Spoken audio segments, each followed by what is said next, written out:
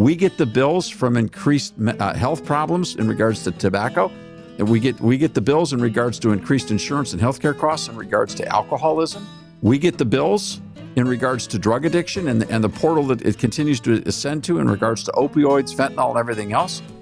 And we get the bills as people go through endless bankruptcies in regards to gambling.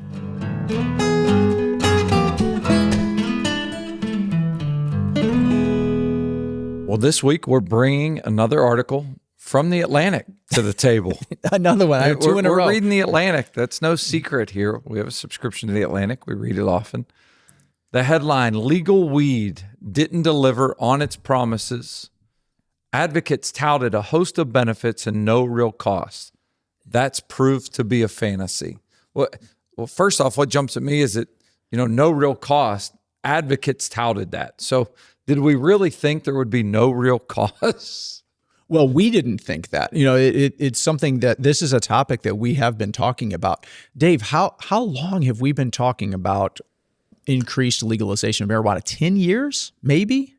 Yeah, it's at least, Alan, and it's kind of interesting because this particular article parallels just line by line and point by point in logic in regards to the same arguments that were made to states and to elected officials in regards to legalized gambling.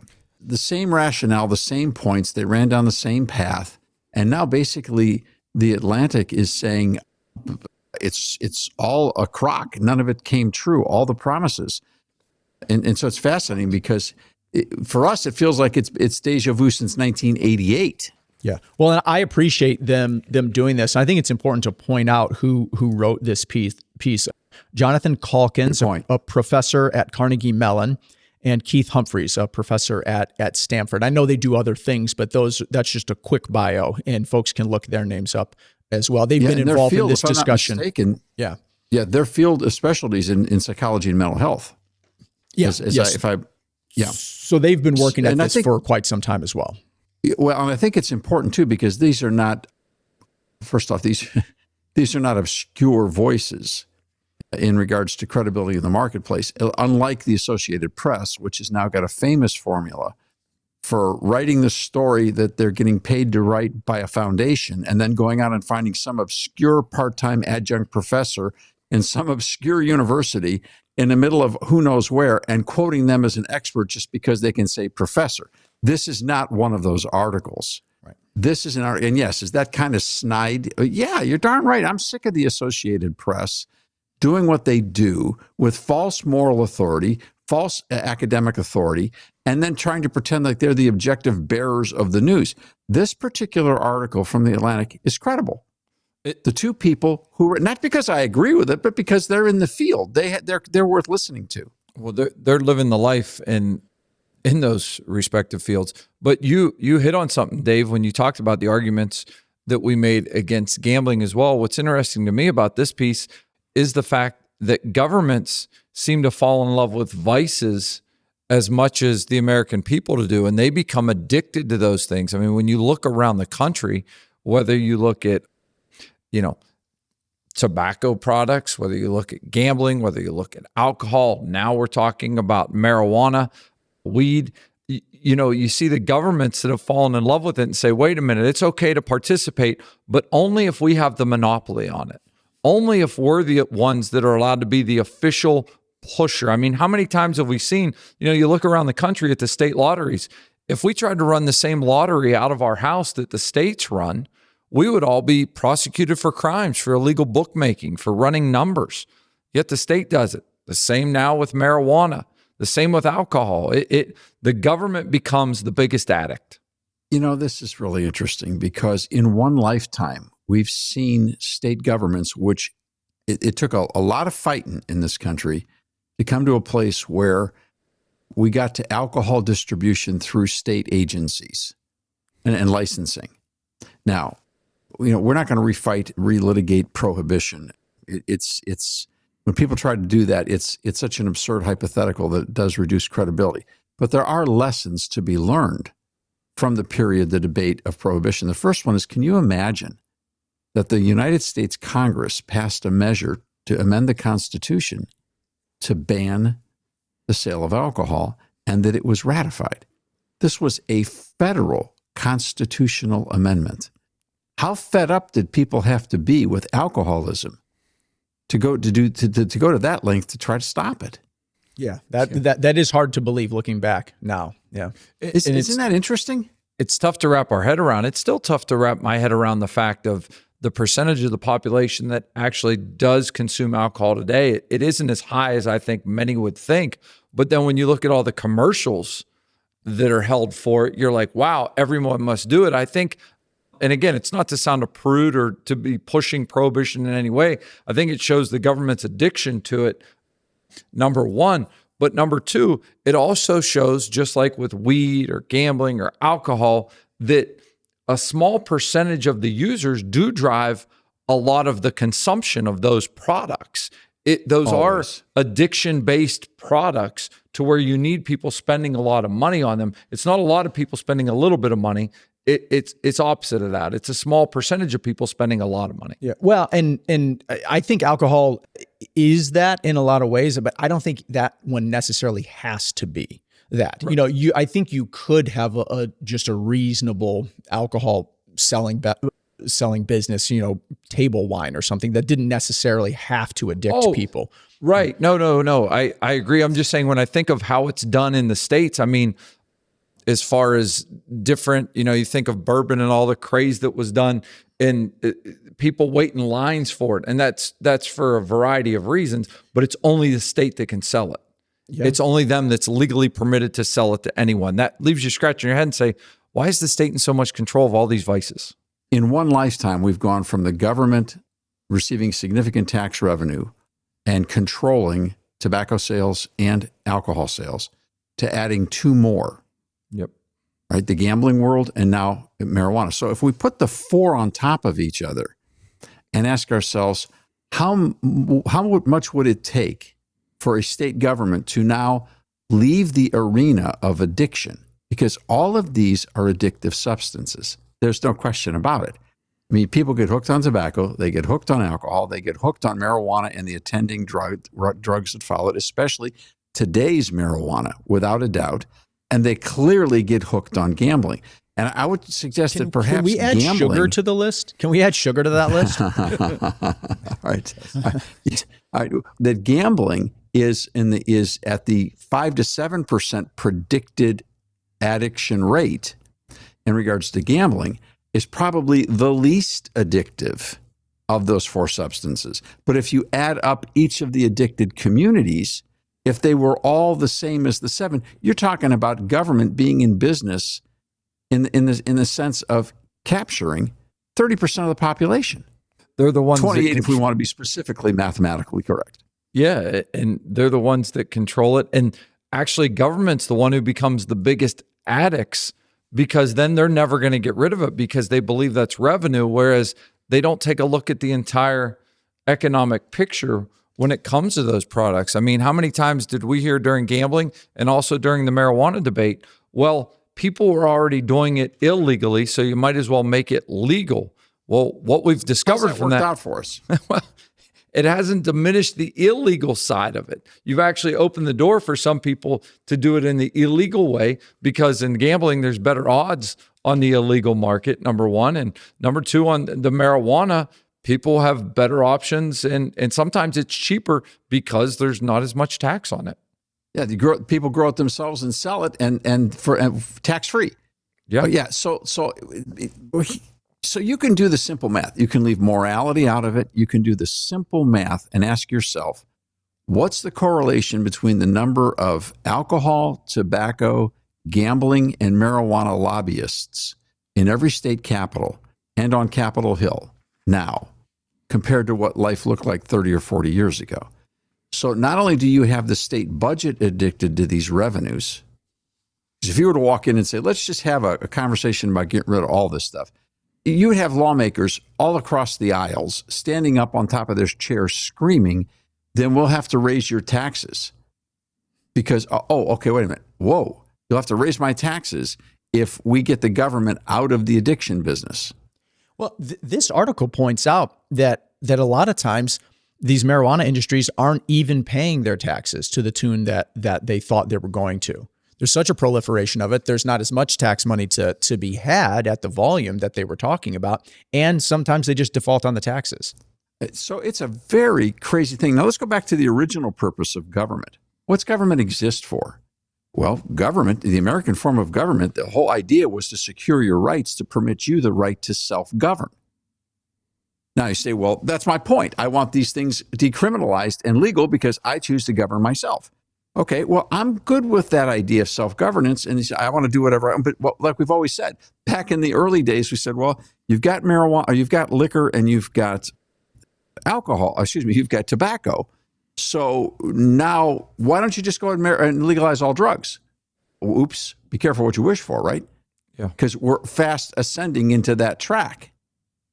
All right, so in other words, the idea of decriminalization and the libertarian argument, just leave me alone, let me do whatever it is that I want to do, that's all fine until somebody else is asked to pay for the consequences. Because people who are addicted cost all of us money. You help us think well on these issues, a listener of the Public Square recently wrote. We appreciate the compliment, but none of these conversations would be happening without the help of listeners just like you.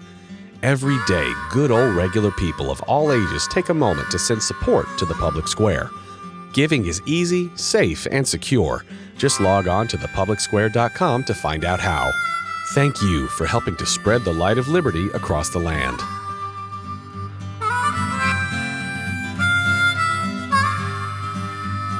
Can we talk about some of those consequences? Like specifically, that this article points out, because these are things that people have been warning about for a long time, and we had gotten kind of shouted down or ignored in the space of the argument. But now we've got some data that's come in. Yeah. Well, now we do have some data to go with it. One of the ones that jumped out to me was it says that in the year 2000, 2.5 million Americans reported daily or near daily cannabis use. Okay. Year 2000, 2.5 million folks use it every day. In 2022, 17.7 million people now report daily cannabis use. So a massive jump in just over 20 years. What did you guys make of stats like that? It's such a large increase, but it's an increase to where it's become, I think a lot of people look at it, the fact of, well, it's legal, so that must mean it's okay to do. But I think in Dave talking about the government, we kind of went about this the wrong way as a country, because we had states that were authorizing the legal use of it, and with it, marijuana still being a Schedule I drug, which made it illegal from a federal perspective, and you couldn't even have bank accounts open and associated with it. So therefore, the Justice Department was picking and choosing which laws to prosecute people on, and it made a mess of the whole thing. But using those in just the raw numbers, I mean, what is that? 1 in 20 people in the United States now report daily cannabis use? Is that what that is? Well, in this piece, you're better at math than me, but this piece also pointed out that that's more than people using alcohol on a daily basis. Yes. Yeah. I knew it was above daily alcohol use now. And that blows my mind. I would have never guessed that till I read the article. I wouldn't have either. And the potency, that's another thing they talk about. The potency is through the roof. Like, it's not the same kind of weed that was from like the 70s. Yeah, that potency question is really troubling. It is. And your point to that earlier, Alan, and we were talking about alcohol, and you said there's people that will sit down and have a glass of wine at dinner to have a glass of wine. The whole intent for marijuana, for THC, is to get high, is to take that edge off. No one says, well, I'm going to sit down and just relax for a minute and not feel the effects of it. They're not doing it because it pairs Bordeaux well. It pairs well with the pasta sauce. Okay, that's not the point of this weed. Well, and that comes to bring us to the fact that the people who are not smoking this stuff are using it every day in some other form for whatever their mental health questions happen to be. But this is a so much more potent drug. So, I mean, just think about the highways.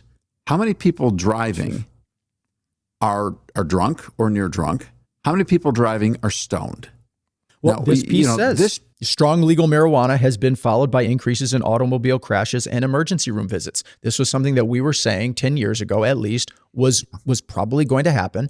And this article is backing that claim up, sadly. Well, I think, Rob, of your visits with the folks from Mothers Against Drunk and Drugged Driving, They've had to add the additional D to the name because they see what's happening here, and there are so many innocent victims. So, we're always been accused for all these generations now, or all these years of being the cosmic killjoys. You just don't want people to have fun. You know what? People having fun is none of my business. I don't control whether people have fun or not, or what they do to have fun. What I don't like is the fact that people are being damaged. People are being hurt and harmed who are innocent victims. And there's no accountability. There's no accountability in this process. The industry doesn't care who gets hurt. How many business owners have we sat with where they talk about interviewing people for jobs, and one of the first questions the people they're interviewing for jobs asks is, do you have drug tests here? Because they know if they have drug tests, they're just going to walk out the door and not going to complete the interview because they know they can't stop smoking weed. Well, some people say, well, weed's not addictive. I mean, we can just point at a list of people. I think of the professional athletes that have been kicked out of leagues over the last 25 years. Josh Gordon.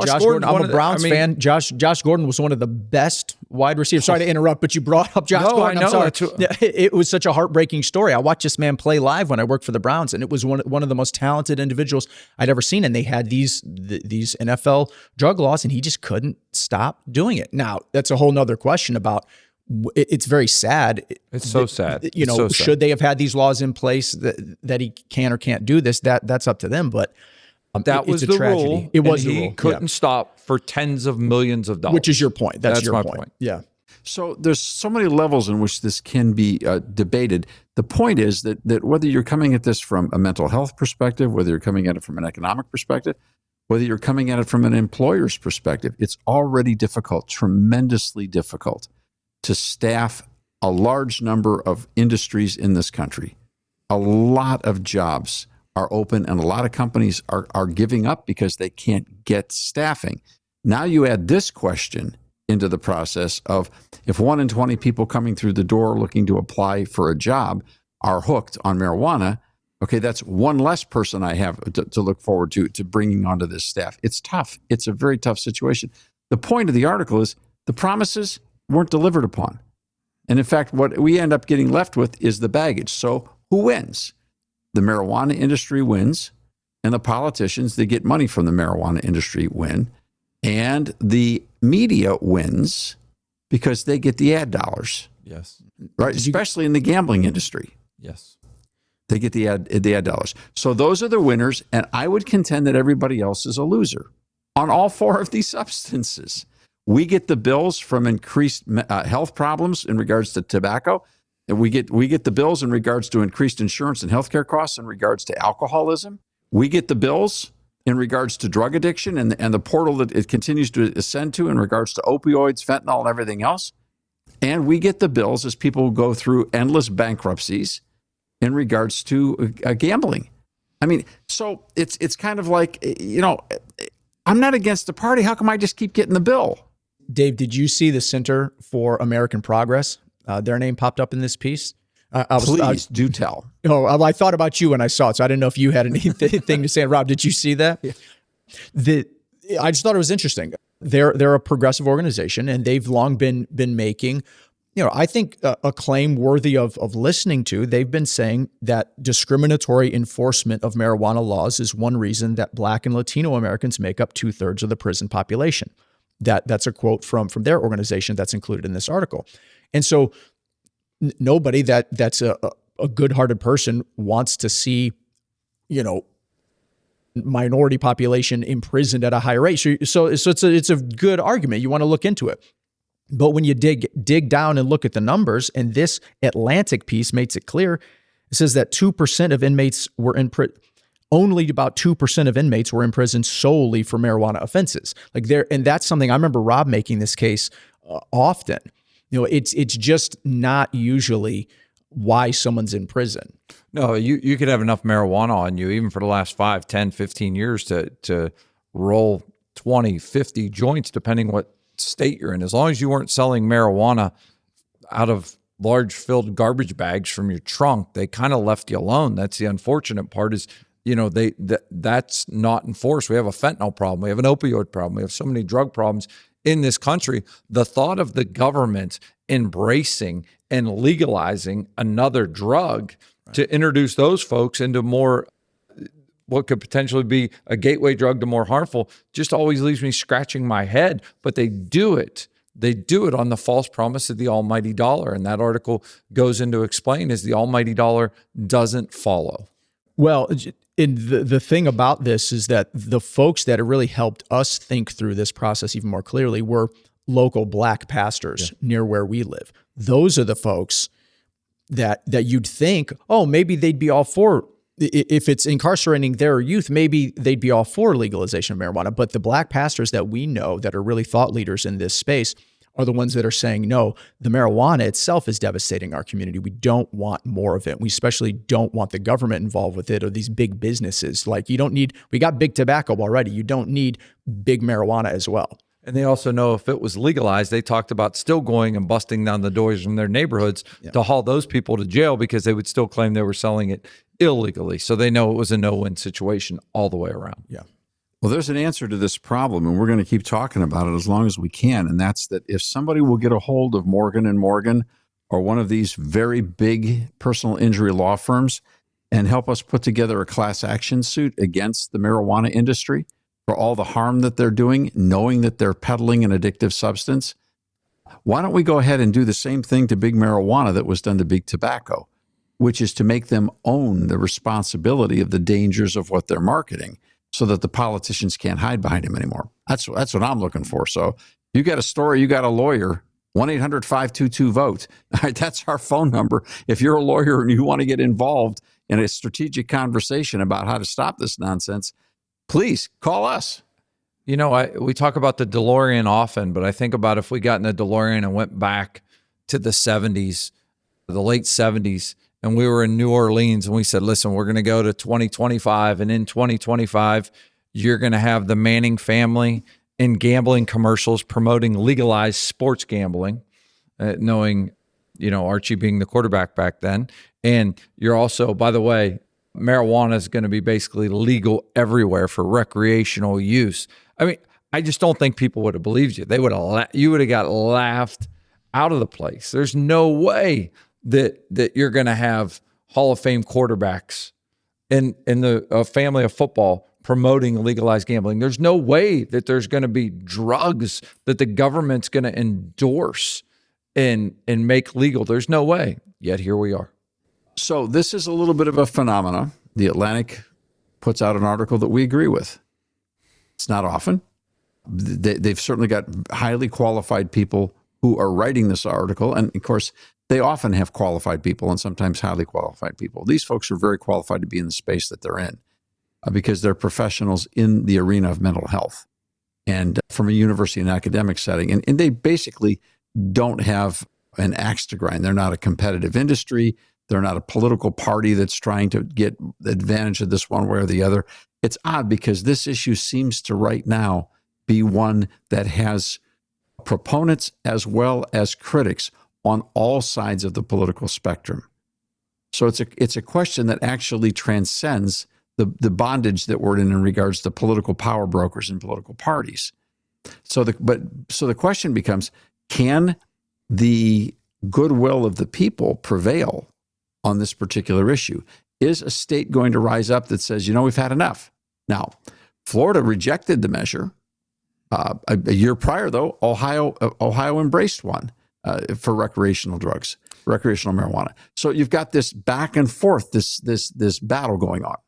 Yeah, and what Ohio has seen thus far is it hasn't delivered on the promises, much like the Atlantic article highlights. You don't have people that are spending the money that they thought they would, and one of the reasons is because Dave, it's just like the gambling article. They thought once it would be legal in one state, people would stop going to the neighboring state to partake in that activity. It's like there was a wall that was built, and that hasn't happened, and it's not going to happen. So all the promises that come with many of these vices, they just don't deliver. But the people have authorized it, so now they're stuck with the ramifications of seeing neighborhoods and families being ravaged by them.